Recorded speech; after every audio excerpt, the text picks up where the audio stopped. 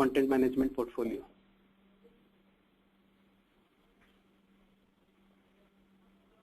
So moving on from here, we go to the workflow section of content management.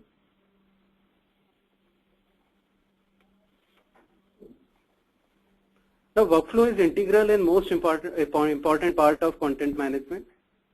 Workflow can range from as simple as maker checker to medium complex like approval routing to a complex multi-step processing which cut across multiple systems. Workflow requires process modeling, which is about graphically designing a workflow, rules configuration, forms development for capturing data, and workflow initiation, and also integration with other systems, using, of course, service-oriented architecture and web services. Along with all this, the monitoring dashboard is also essential in terms of that it gives a real-time visibility into all the processes or all the workflows that you deploy on enterprise content management framework. I just want to put more emphasis on workflow designing aspect, because often I have seen that it is not well understood in terms of what graphical designing of a process means.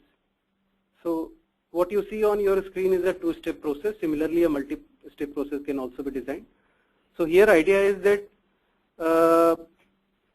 unlike the traditional approach of coding and following SDLC, which is software development lifecycle for every new workflow, what you do is that you start and configure or model a workflow from these interfaces, and then this can be deployed in the production and can be used by all the users.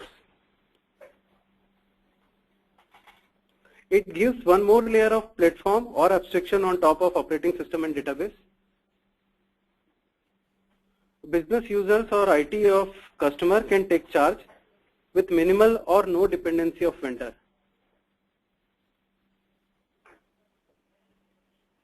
So moving on to the next component of enterprise content management, what you see is record management. Now record management idea is to preserve the content for long term. Here things like retention policies, disposition policies, warehouse management, physical tracking of content becomes very, very important. So with record management in place, organizations can be sure of 100% compliance and forget about any hiccups while the audit comes in.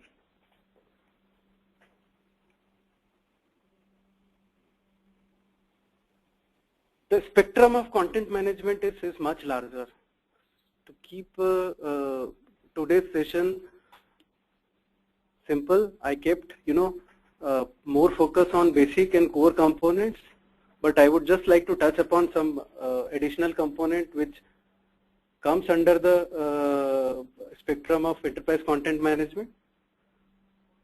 So output management is for generating outbound documents. So statement is one example, certificates is another example. So it is like this, that output of any transactional interaction with any organization, if it is in the form of document which goes back to customer or citizen, and if say bank generate statements periodically to all their customers. So this is one example. So this is where output management technology comes in, which can collate data from multiple sources, can generate outbound document and send it to the customer. Digital asset management is another important part, which is about how you manage the audio video files, which includes providing repository services, providing online streaming for those, format transformation and record management services for digital assets. Web content management we generally understand. It is about how you create portal, how you create your website, and how do you then further manage the content which goes there. E-discovery and federation is about how prepared are you for any litigation when any such thing comes up, how ready organization is to search and retrieve data from multiple sources and produce it to attorneys or to court. So till now it was about functional aspect of enterprise content management, but I know that I have a lot of technical people and architects in the forum today. And it will be important for me to talk about key technical imperatives of enterprise content management as well. So I'll quickly touch upon those aspects also. So GUI composition is the flexibility that is needed in the platform to meet application and end user personalization requirements. It is about ability to quickly configure and customize end user interfaces. Platform independent architecture makes it possible to protect existing investments of customer. It means that customer can deploy these technologies on platform of his choice, and the core capability comes through the compliance with J2E architecture.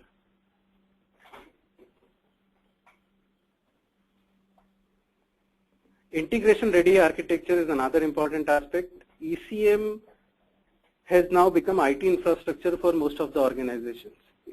So it not only serves end users, but it also serves systems, multiple systems. So integration with core applications, portal, email server, office applications are important.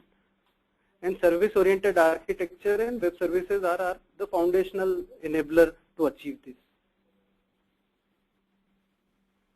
Open standards are for interoperability, and multilingual ability is to serve end user in his language. So there are situations when enterprise content management is deployed in multi-country mode, where the single instance of application will serve multiple languages. Just to give an example here, we have an implementation for Ecobank Ghana, where our system runs in Spanish, Portuguese, French, English, and English in the same time. And this capability comes through the support of Unicode. Scalability means ability to serve more users, more transactions, and more documents without changing the application and with the upgrade of hardware infrastructure. I am covering a case study today which hosts more than 8 billion documents and which is used by more than 25,000 users. Security is another important aspect and achieved through internal and external means. HTTPS, digital signature, LDAP integration, server hardening are some important instruments.